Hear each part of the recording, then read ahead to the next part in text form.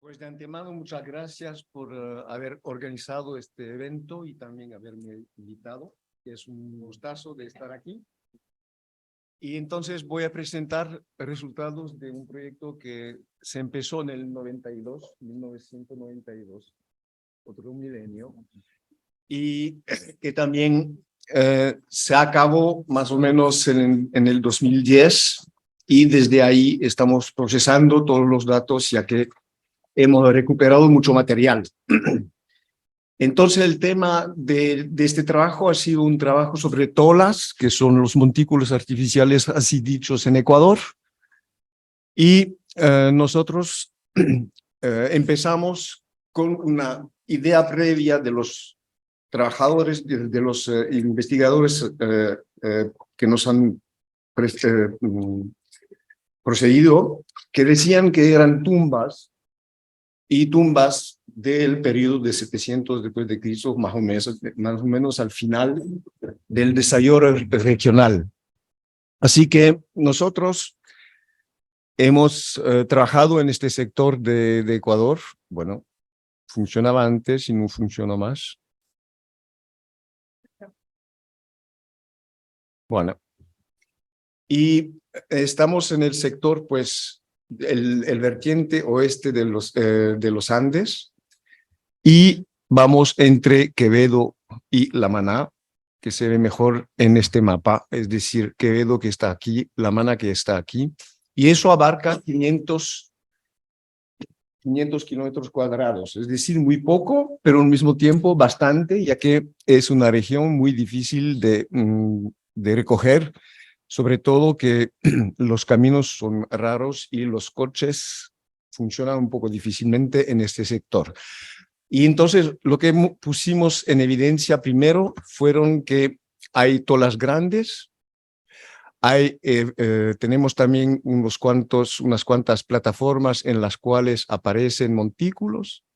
Tenemos sobre todo lo que ha sido para nosotros lo más revelante, sitios que nosotros llamamos modelo regular, ya que están compuestos por tolas centrales y con hileras secundarias que rodean las grandes tolas del centro. Y de ahí también encontramos otro tipo de montículos y de sitios que hemos llamado modelo irregular, ya que se conforman con tolas más grandes, pero que no conforman un estilo simétrico. Y, por ejemplo, aquí encima de esta plataforma pueden ver las tolas que conforman un sitio irregular. De ahí, pues, había un gran problema que no hemos podido resolver, que es el problema de las grandes tolas, ya que no pudimos hacer excavaciones porque estas tolas, como las tenían todavía no previstas de destruir, entonces nosotros hemos decidido de no excavar. Sin embargo, por el tamaño de estos montículos, nos han hecho pensar después, leyendo el trabajo de Rostand y de Saulieu, que quizás se tratan de un bloque, sobre todo que estamos a pie de los Andes, muy cerca del volcán Quilotoa, el cual tuvo erupciones masivas, de las cuales muy posiblemente hay derrumbes que se conformaron en el tipo de humox. Sabemos también que los humox en la parte oriental de los Andes, que es decir, al vertiente oriental de los Andes, han sido también ocupados en su cima, rastreándola y poniendo encima ocupaciones humanas. Es decir, que para nosotros es muy posible de que esos montículos grandes hayan sido humox. De ahí, un ejemplo de un sitio con modelo regular que pueden ver aquí. Nosotros hemos hecho un inmenso recorrido en la zona y pusimos en evidencia en total 207 sitios, de los cuales hicimos unos cuantos levantamientos topográficos muy sencillos, y los demás solamente nos hemos contentado de medirlos, contar los montículos y hacer un resumen de lo que contiene la región.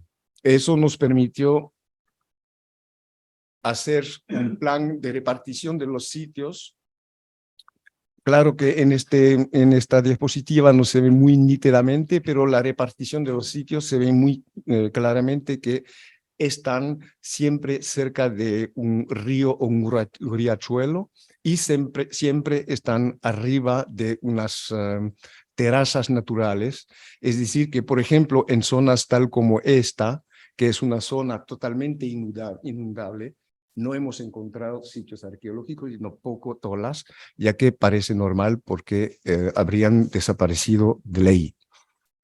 De ahí entonces pueden ver muy nítidamente cómo se hallan los sitios, es decir, aquí tenemos a la planicie, un barranco y el río a disposición, es decir, que el recurso de agua siempre está presente. También quiero aprovechar este momentito para enseñarles lo que ocurre. Por ejemplo, este sitio lo habíamos medido el año anterior a la foto y aquí estamos en un terreno de cultivo intensivo y entonces con la motorización pues se pueden dar cuenta que un año después del levantamiento topográfico de este sitio no queda ninguna huella de los montículos. Es decir que eso lo hicimos en el 94. Estuvimos trabajando hasta el 2003 en el terreno y sabemos que de los 200 sitios que hemos identificados, por lo menos el 50% ya ha desaparecido. Es decir, eso es también un problema. También entonces hicimos excavaciones para tratar de entender y sobre todo verificar, averiguar si verdaderamente se trataban de tumbas o si se trataban de otras cosas en estos montículos. Y escogimos, por supuesto, excavar un sitio con modelo irregular y un sitio con modelo regular para tratar de entender también si había cambios a través del tiempo, si había cambios o, digamos, una articulación del empleo de estos montículos. Y entonces los resultados, pues, han sido muy sorprendentes porque por primera cosa que tenemos que reconocer, no hallamos ninguna tumba. No encontramos tumbas y tampoco fosas o enterramientos. Es decir, o sea, en los montículos, tanto como en las zonas adyacentes donde hicimos también unos cateos para ver cómo se conformaba el terreno, etcétera, etcétera. Y entonces en el sitio con modelo regular, que es el cual que voy más a explicar ahorita, estuvimos excavando este sitio que iba a ser destruido el año siguiente. Es decir, aprovechamos este sitio en vez de ir a buscar otros, sabiendo de que de todos modos iba a desaparecer. Y como sabemos que la arqueología es un proceso destructivo, pues hemos dicho, de una sola, salvamos por lo menos las informaciones que están en estos montículos.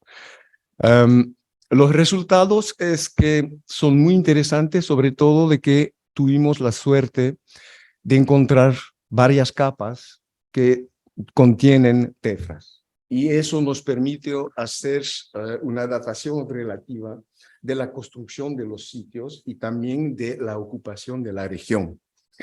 Y la primera cosa que pueden observar en ese montículo es que, bueno, se notan nítidamente todas las tefras que van ritmando la construcción del montículo. Y es aquí esta parte que la vemos más nítidamente en esta zona. Se pueden dar cuenta de que había ocupaciones de las cuales fueron tapadas por una explosión bastante fuerte de los volcanes de alrededor. Entonces, mirando bien este perfil, uno nota muy bien, por ejemplo, esta tefra, que es la tefra número 7, es decir, la más vieja de las tolas, debajo de la cual notamos todavía presencia de cerámica, etc. Es decir, que en este sector hubo muchas ocupaciones, ya que se nota una primera ocupación, pues una otra, después la tefra, una otra, tefra, etcétera, etcétera, hasta llegar a la tefra número 2, que nos tenemos que recordar ya que tiene un significado bastante importante.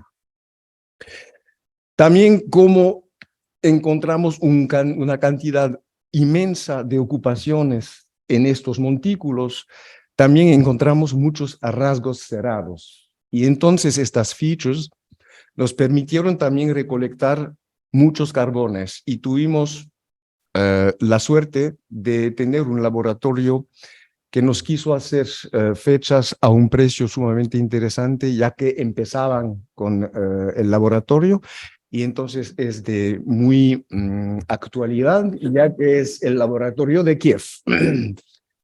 Y entonces Kiev nos ha ayudado mucho, Kiev, de Ucrania.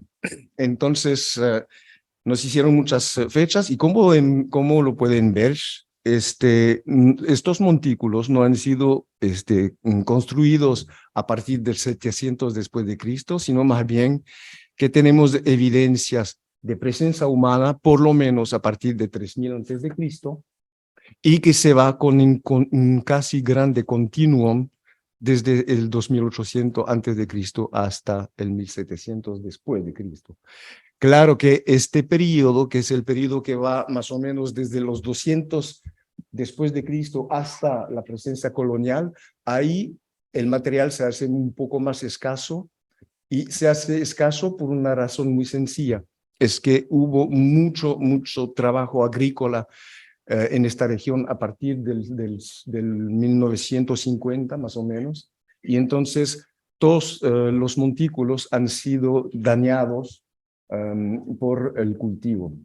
Así que es normal de que no encontremos muchos elementos en la parte tardía, sino que en todo lo que es más abajo tenemos un continuum muy interesante, ya que tenemos fogones, etcétera, etcétera. Y aquí pueden ver la articulación de las tefras, porque tuvimos la suerte de encontrar siempre unos cuantos rasgos tapados por la tefra. Es decir, que teníamos siempre unos cuantos carbones que pudimos fechar y que nos daba la indicación de cuándo ocurrió más o menos la erupción del volcán de la Tefra 2, el volcán de la Tefra 3. Y entonces pudimos de esta manera proponer un cuadro de las diferentes erupciones acerca del proyecto, y también mostrar una articulación temporal bastante interesante, ya que lo pueden ver, tenemos una tefra que es la más alta, que es de ley comprobada de la erupción del Quilotoa, que fue una gigantesca erupción, y también la de la Tefra 2, que está más o menos a inicios de nuestra era, y es probablemente una erupción del Atacazo o del Tungurahua. Y lo importante de saber es que esta erupción quizás afectó mucho la región, ya que a partir de la Tefra 2 hasta la Tefra 1 tenemos pocas evidencias culturales y ocupacionales, y da la impresión que la región fue abandonada durante quizás unos 300 o 400 años. Acabo de llamar a una colega de la señora Motes, que es la vulcanóloga de la región, y me acaba de decir que efectivamente tienen muchas huellas de erupciones muy fuertes en ese momento que concierne la Tefra 2. De ahí, pues, nosotros estuvimos excavando para tratar de entender cómo funcionaban las cosas, y nos dimos cuenta que había en cada espacio, cada nivel, teníamos un plan que se dibujaba muy nítidamente, con espacios de fogones y también moldes de poste que nos permitieron reconstruir tipo de construcciones de cabañas o de habitaciones. De ahí, lo que han visto era la tola 50, es decir, una de las tolas centrales del sitio regular. Y aquí tienen la otra tola central, que es la tola 41, y donde se pueden dar cuenta de que el sistema de construcción es bastante distinto. ¿Por qué? Porque no hay tola antes de la tefra 3, mientras que en la tola 50, es decir, la que está enfrente, tenemos ocupaciones a partir de la tefra 6. Es decir, que hubo un desarrollo paulatino de la construcción y de la conformación de los sitios. Entonces, ahí sí que se nos puso problemas para entender el por qué. Y lo que nos permitió entender mejor, ¿qué pasa? Raro. Bueno, no pasa nada.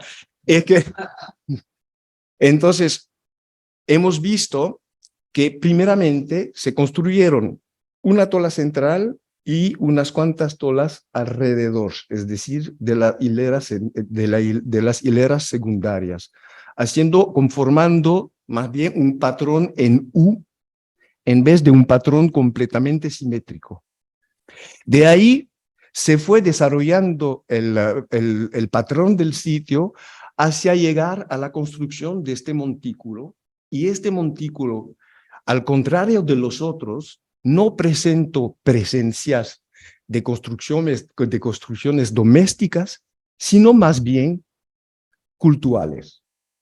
Porque el material hallado es, entre otros, una cantidad increíble de fogones rectangulares de 1 metro de ancho por 2 de largo, tapados de lascas de piedras que reflejan el calor, y una alineación de 2 figurinas de arcilla y una figura antropomorfa de piedra.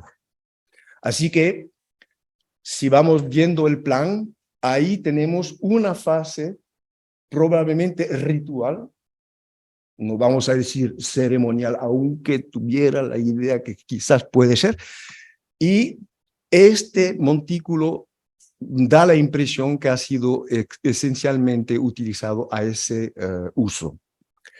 Entonces, interesante de ver la otra tola que está justo al lado de la tola 45, nos halló también otras informaciones que nos permiten de ver que efectivamente la construcción de la tola se hacía poco a poco, se iba aumentando cada vez que el pueblo, la gente volvía a venir en el sitio.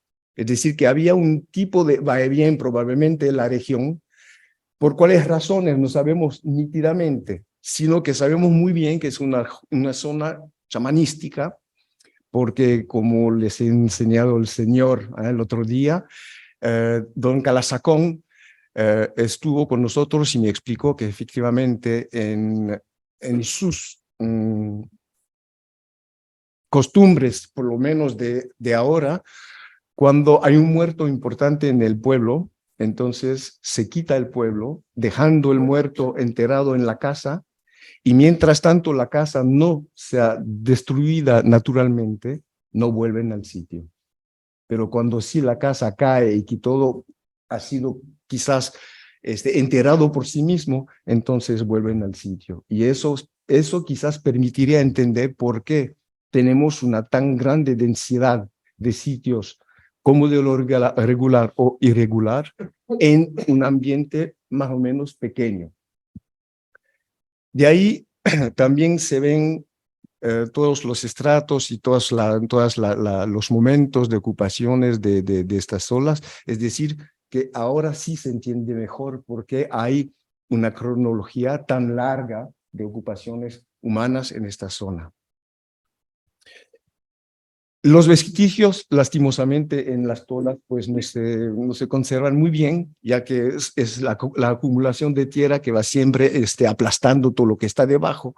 Pero como se pueden dar cuenta, todo lo que aparece es más bien material que sugiere ocupación doméstica, tal como, por ejemplo, aquí este fogón que estamos excavando con piedras que nos hace mucho pensar a un tipo de fuego que se encuentra en la Amazonía, que se encuentra en las zonas donde hay construcciones de este índole, También encontramos un montón de cerámica, tenemos todavía 15 toneladas de cerámica que analizar, y también unos 180.000 fragmentos de obsidiana, que son también utensilios, que son muchas cosas que tenemos todavía que analizar, y también rasgos muy nítidos de delimitación de la construcción de los muros que iban manteniendo las cabañas, y ahí, por ejemplo, se pueden dar cuenta de la evolución de la construcción de los montículos. Entonces aquí tenemos por lo mismo 5 fases distintas de ocupación del mismo montículo, y eso en un espesor de más o menos 50 o 60 centímetros. De ahí se pueden ver más nítidamente un nivel de decapaje y de ocupación, pero también en esta estratigrafía se pueden dar cuenta de que hubo presencia humana antes de la construcción de las tolas, después presencia humana durante un cierto tiempo, y más bien se fue aumentando siempre más el nivel de las ocupaciones.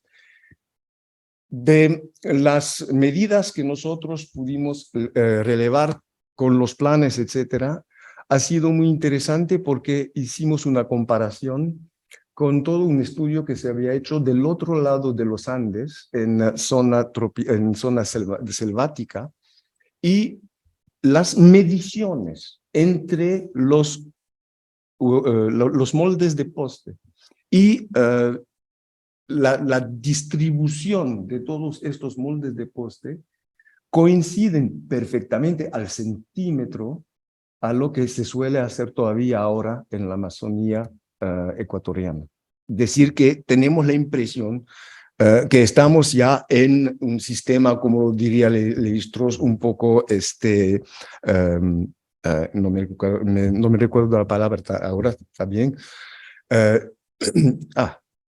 El sistema Lévi-Straussiano es... Me vendrá más tarde la palabra.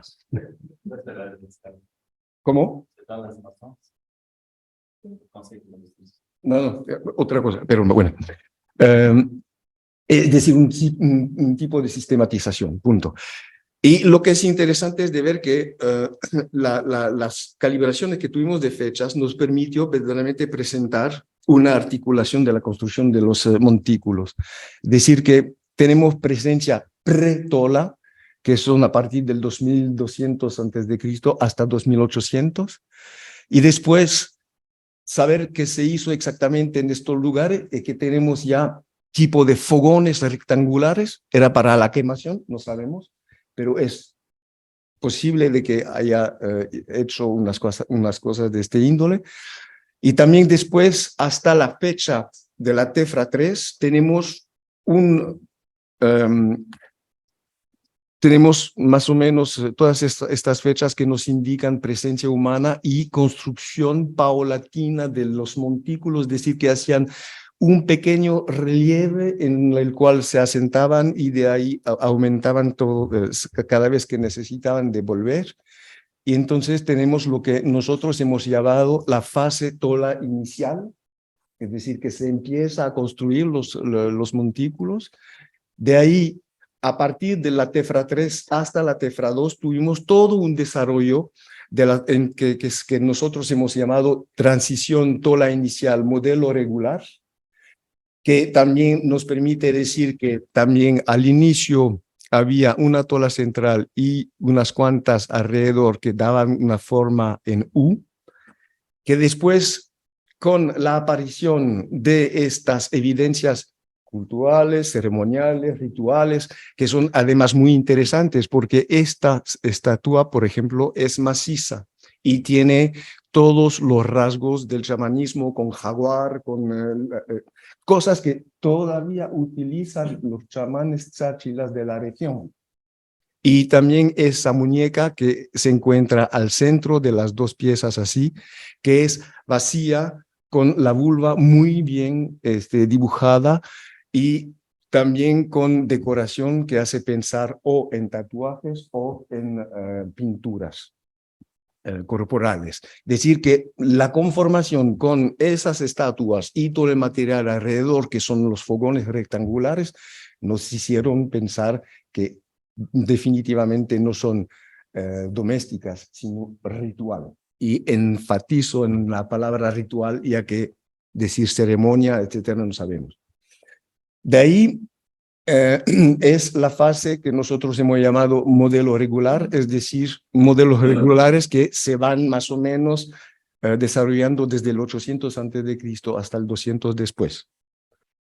Y de ahí pudimos evidenciar de que sí, ahora estamos con el modelo regular completo, ya que las fechas concuerdan y la elevación progresiva de las ocupaciones también, y eso nos permitió entender por lo menos cómo se desarrollaron los modelos regulares. Lo que sí nos sorprendió es que al inicio uno cuando llega piensa siempre que lo irregular es más temprano y lo regular es resultado de un desarrollo progresivo de la organización de la naturaleza. Pues no.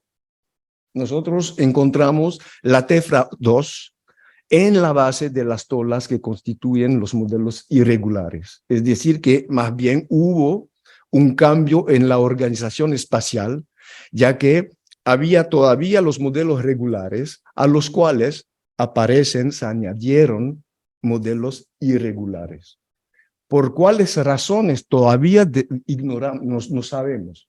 Y claro que sería muy lindo de poder volver a excavar allá unos sitios más para quizás comparar un poco mejor y también encontrar quizás montículos mejor conservados, pero bueno, por el momento quedamos con esta duda. Lo que es interesante es que ven muy bien aquí las huellas de la tefra 2 que ha sido analizada con los volcanólogos que nos dijeron ya claro, ustedes en esta zona tienen por lo menos estas 7 fechas radiocarbónicas de los eventos volcánicos que permiten hacer una datación relativa en toda la zona, porque por donde sea que uno haga un hueco va a encontrar estas tefras, es decir que ahora no necesitamos ni siquiera radiocarbono para por lo menos hacer el estudio en la zona, eso es chévere. Y entonces ahí sí se pueden dar cuenta que estamos en un momento en el cual hay modelos regulares y también modelos regulares que funcionan. Y por lo que hemos visto en los modelos irregulares, la mayoría de las cosas que aparecen son más bien cosas tipo ritual y no tanto tipo habitacional, ya que los moldes de poste se hacen escasos. Pues al final encontramos otra última capa, que es la tefra 1, que fue la erupción del Quilotoa, y como pueden darse cuenta, ya se fueron también construyendo después nuevamente tolas. Eso nos permitió hacer un cuadro de la evolución de las construcciones de las tolas y se pueden dar cuenta entonces que tenemos un periodo pretola que va del más o menos 2000 al 1400. Después de la tefra 6 ya empezamos a construir las tolas. De ahí, en ese momento muy fuerte de eventos volcánicos, hay una transición entre la tola aislada o pequeña hacia el modelo regular y su apogeo, que nosotros llamamos así por la presencia de la tola 41 y su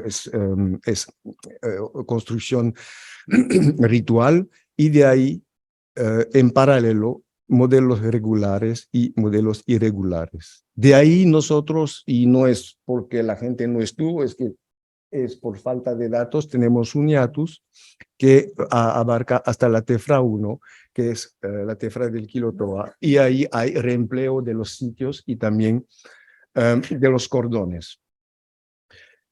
Eco. Y la cosa que iba a decir es que ahora la cosa importante es de ver que los cháchilas están aquí, ahora por lo menos, pero ¿es una coincidencia o no? Pero esta figurina que hemos encontrado una semana después de la presencia de Calasacón, que estuvo en nuestro sitio para protegernos y también hacer una ceremonia a sus antepasados, pues encontramos esta cerámica y esta fecha de 800 antes de Cristo. Y de ahí, pues, tenemos toda una teoría que hemos desarrollado durante estos 5 últimos años, pero eso va a ser un teasing, es decir, que es la cosa que presentaré el año próximo, si es que tengo la posibilidad de volver. Y sobre todo, también un doctor teasing me dio una idea ayer, Felipe. Quizás los montículos artificiales que encontramos en la vertiente oriental de los Andes como en la vertiente occidental, quizás ha sido el rock and roll de los chamanes desde entonces. Muchísimas gracias.